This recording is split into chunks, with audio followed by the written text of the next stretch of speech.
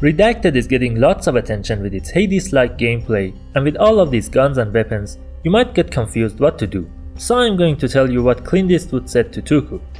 You see, in this world, there's two kinds of people, my friend. Those with loaded guns, and those who dig.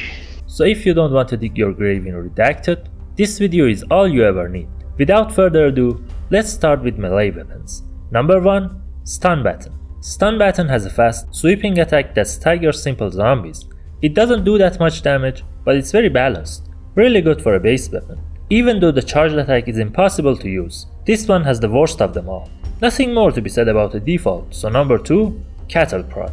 If you unlocked Cattle Prod, congratulations. You now own one of the two best melee weapons of the game. Cattle Prod, which is basically a ripoff of Eternal Spear in Hades, does long-range stabs and staggers most of the enemies. It's super fast and the long-range attacks helps you a lot in the beginning of the game, letting you avoid the enemy's contact. Couple it with the electricity effect and now you have a monster. The charged attack is a swarm of stabs in a scattered pattern which sometimes hit the enemies by accident. Oh, by the way, if you don't know why I hate the charged attacks in this game, check out my review of Redacted from up here. Cattle Prod is very efficient against the second boss, the Sentient, because now you can do damage in the middle of its swirling attack. Number 3. Barman Shankers. I'm just gonna call them the bottles. Now the bottles are a tricky one. When you first get your hands on them, you'll hate it and immediately change back to the prod. That's because it's in a wrong place. You got used to the long range attacks of the prod, and now the game gives you the shortest range weapon when you're not ready to get closer. The bottles should be a late game weapon, when you're pro and need to be as fast as possible. They act as a sort of twin blades with rapid switch attacks that does a lot of damage in a short time. It doesn't have charged attack, so just hold the button and shred zombies. And the dash attack uses both bottles at the same time. In my opinion, Cattle Prod is the best weapon for newcomers and the bottles are the best for pro players. And as a bonus point, it sounds great when you hit zombies with it. Number 4. Electric Whip. This one is interesting. It's so powerful, but it has a catch. When you use the electric whip, you have to whip it above your head first without doing any damage. So basically, your attack starts from the second whip.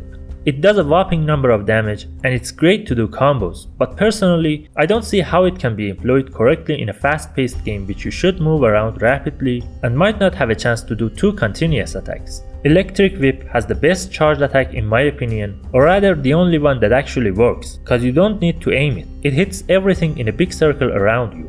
You can have a lot of fun with the whip, but it's definitely not made for the bosses. Number 5. The Kinetic Hammer.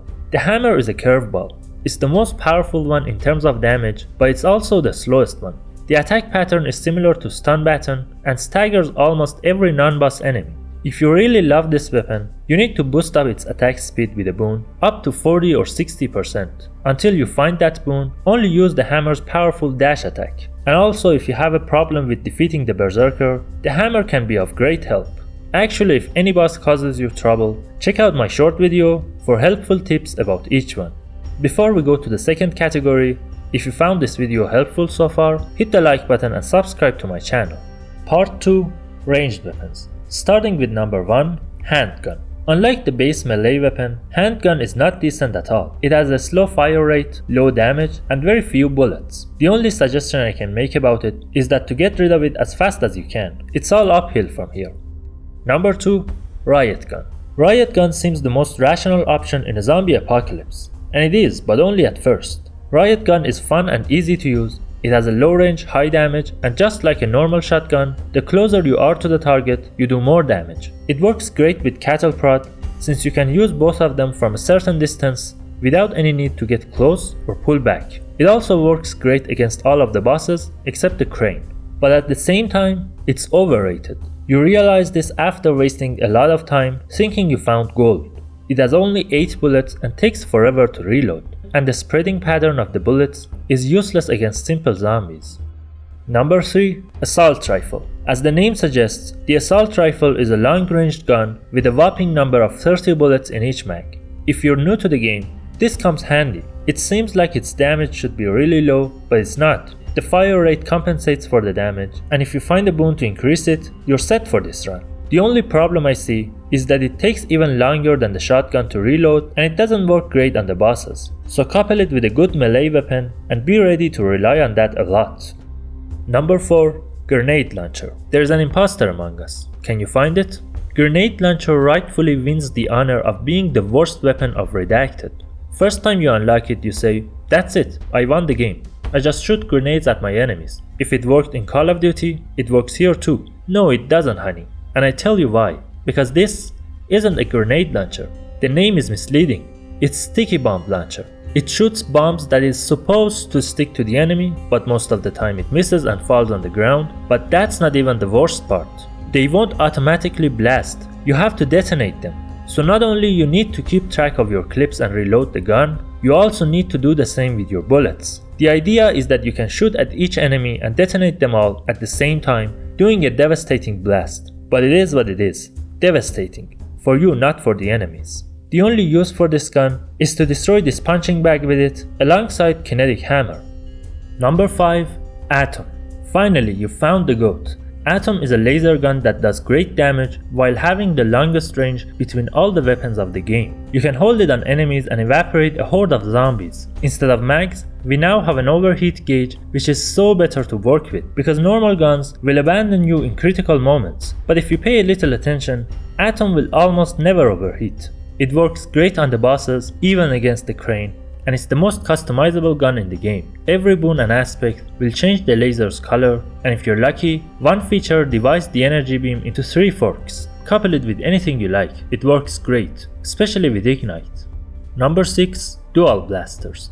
Dual Blasters is the weirdest weapon of all. It seems to do little to no damage, the bullets spread and miss most of the targets, it has a somewhat short range, yet it's one of the best weapons in the game. Thanks to its super fast fire rate and huge amount of ammo, Dual Blasters are awesome. Just hold the button and it really dispatches multiple enemies just like it claims to do. It also works beautiful with the bosses, especially the last one.